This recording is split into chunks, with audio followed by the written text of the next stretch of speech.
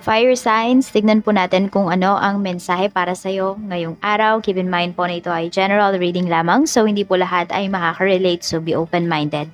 Sa mga hindi pa po nakasubscribe dito sa ating channel, please subscribe na po kayo and palike na din po ng ating video. At sa mga nais pong mag-avail ng ating private readings, Lucky Stones and Amulet, makikita nyo po yung link sa description box below. Okay, tignan po natin kung ano ba ang mga pwedeng maganap sa life mo ngayong araw na ito. Spirit guide, ano po ang mga pwedeng maganap sa life po ni Fire Signs, Aries, Leo, Sagittarius. Shuffle lang muna natin yung ating cards. Okay. Okay, tignan natin. First card mo is the Chaser. Okay, meron ba kayong meron kayong mga makakaligtaan dito?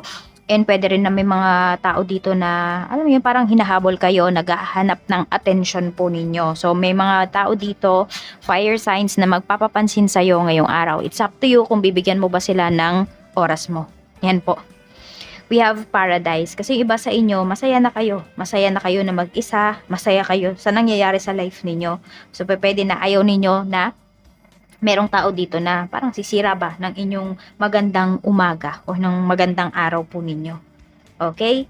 So, tignan natin. Parang nakikita mo lang naman kasi or nagpaparamdam mo lang yung tao na to sa'yo pag may kailangan siya sa'yo. So, nare-realize mo na yan ngayon. Okay? And yung iba naman sa inyo, masaya kayo kasi pwedeng nagkabaliktad na yung mundo. Siya na ngayon yung naghahabol sa'yo. Parang ganito, siya na ngayon yung may kailangan, siya na yung ngayon yung sabi natin, may kailangan sa'yo at nakikita niya na yung halaga mo. It doesn't matter po kahit ano yung relationship mo with this person. Meron tayo ditong The Phoenix, okay? Tingnan natin. Tapos meron din dito, hindi ko alam kung may binili ba kayong bagong damit. Ayan, or sinuot nyo na yung mga natanggap ninyo na regalo, na damit, na sapatos, ganyan, or na bag, nung Christmas and nung New Year.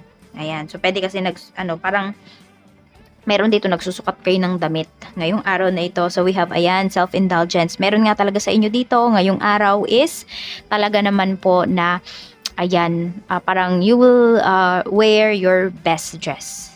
Wala talagang lukot, ganyan. Tapos, sobrang bango. Hindi naman sobrang bango, pero alam mo yun, parang yung bango na hindi nila makakalimutan kung sino man yung makakaamoy niyan, sino man yung makakadikit mo ngayong araw na ito.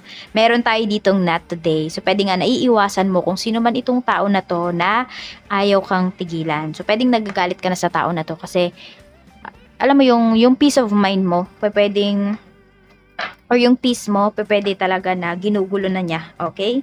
Yung katahimikan mo dito. So, parang hindi mo na nga siya pinapansin, pero itong tao na to, papansin pa rin ng papansin sa'yo. Pwedeng nagko-comment sa social media accounts mo. Oo. Every time na may post ka, nagko-comment yung tao na to, nagla-like siya, nag-heart siya, ganyan. Tapos, kung ano-ano yung mga sinasabi, minsan, wala naman connection dun sa mga pinopost mo. Meron tayo ditong not enough. Okay? So, pwedeng, kung itong tao na to, ay sabi natin, may nafe-feel ka pa sa kanya, makikita mo or masasabi mo sa sarili mo na kulang pa yung ginagawa mo na yan. Kulang pa yung effort na binibigay mo na yan.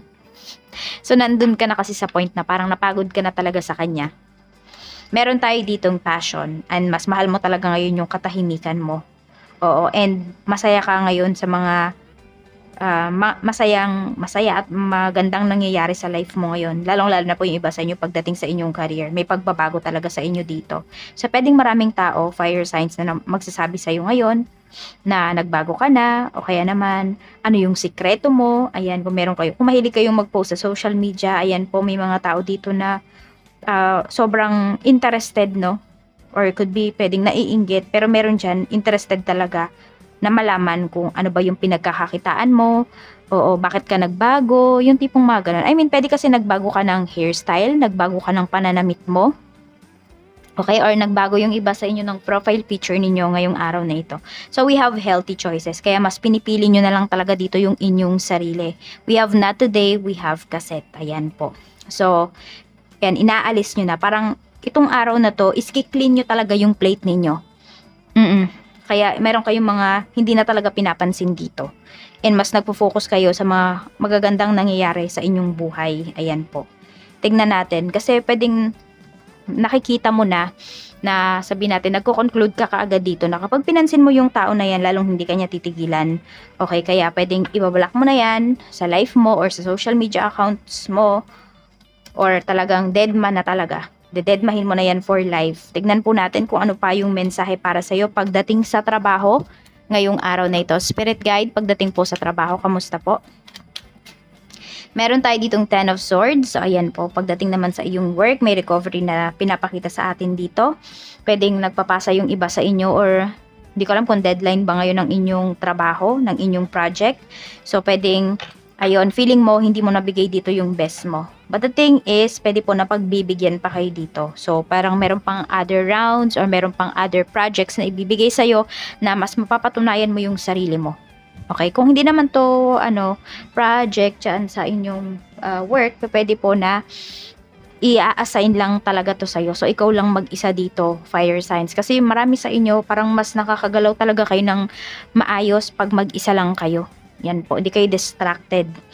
Tapos, tingnan natin, pagdating naman sa yung business, meron tayo ditong Queen of Cups. So, you're very compassionate talaga pagdating sa business mo. Napakataas po ng chance na yan talaga ay magtagumpay. Yan po yung pinapakita dito sa atin. Fire signs. And also, ayan, mababait din yung mga client mo, yung mga staffs mo. Okay? Ngayong araw na to, talagang maiintindihan nila yung mga sinasabi mo, yung mga advice mo sa kanila, kung may nanghihingi sa'yo dito ng advice, paano mo ba gamitin yung products ninyo, ganito, ganyan. So, talagang isa sa puso yon at isa sa ulo din ng mga sasabihan mo. Maganda yung energy kasi lahat kayo dito nagtutulungan pagdating sa inyong negosyo. Tignan po natin, so tataas po yung sales ninyo. Ayan, happy nga talaga kayo dito. Tignan po natin pagdating naman sa kaperahan. Ace of Swords in reverse. Okay, so dahil nga may pagbabago dito, so confused. Hindi kayo yung confused Confused yung mga tao sa paligid ninyo. Fire sign, sabi ko nga is, meron dito nayayabangan sa'yo kasi feeling nila nagbabago ka na. Pero yung pagbabago mo naman kasi na to is para to sa iyong sarili. Yun lang talaga, may mga manja-judge talaga sa'yo dito. And kasi nga, maingat ka na din sa pera mo. Kung gagastos ka man, sa sarili mo siya gagastusin. Okay? Hindi ka na magigilty na gumastos sa sarili mo. Kasi before, yan talaga yung nararamdaman mo every time na bibili ka ng kung ano man para sa iyong sarili. Iniisip mo na, hindi ko muna to kailangan. Pero totoo, kailangan mo na yung isang bagay na yon. So, marami kayong kailangan talagang pagbabago na kailangan gawin dito ngayong 2024. So, umpisahan nyo na yan ngayon. Ayan, meron din dito na i-stress. Okay? Kasi po, pwedeng hindi ka na nga niya makausap. Okay? Siguro, bigla mo na lang blinak yung tao na to. Yun. Tignan po natin pagdating naman sa love life mo. So, we have Page of Swords. Meron nga dito ay curious po sa'yo. Merong nag-i-stalk sa'yo dito. Pwedeng may secret admirer ka. Kaya lang, ayan. So, pinipili mo din talaga kung sino ba yung e-entertain mo. Yan po. Meron dito nangungulit talaga sa'yo. Kaya lang kasi pwedeng, sabi ko nga, sarili mo muna yung inuuna mo dito. We have Queen of Wands. Okay, so tinataasan nyo na talaga yung standard niyo. You will set the bar high. Okay? So, ayaw nyo na ng bare minimum. Gusto nyo na is, ayan, yung tao talaga na mag-e-effort sa inyo. Nag-e-effort sa'yo dahil, dahil mahal ka talaga. Yung hindi ka ita-take for granted. Ayan po. So, kung makita mo na yung tao na yon is not worth your time, pwedeng ibablock mo talaga siya. Or, some of you naman, hindi nyo naman ibablock. Kung hindi, sasabihin nyo talaga directly dun sa tao. Kung ano yung, kung ano yung standard ninyo. Okay. Very direct na kayong magsalita dito. Kaya parang may mga matatarayan, masusupladuhan kayo dito ngayong araw. Pero kasi, nagiging totoo lang kayo sa inyong sarili at sa mga ine-expect ninyo sa inyong buhay ngayon. Yan. Meron tayo ditong wedding rings. Pwede rin naman po na ayan, baka may magpapakasal na dito. Or, yung issue about na, nyo ba yun sa Facebook? Yung 299 na na engagement ring. So, ano ba yung, nyo doon? Ano ba yung opinion ninyo about doon? So, yan po, meron dito pwedeng, kunwari, bibili ngayon ng singsing or hindi pa kayo bibili kasi pwedeng wala pa kayong budget.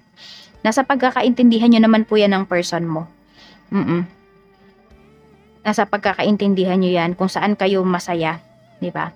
Kaya mas maganda talaga, alam nyo yung kiliti ng isa't isa. Alam nyo yung gusto ng isa't isa. Diba?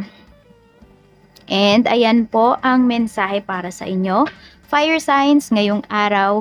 Maraming salamat po. Mag-iingat kayo always and more blessings to come. Bye-bye!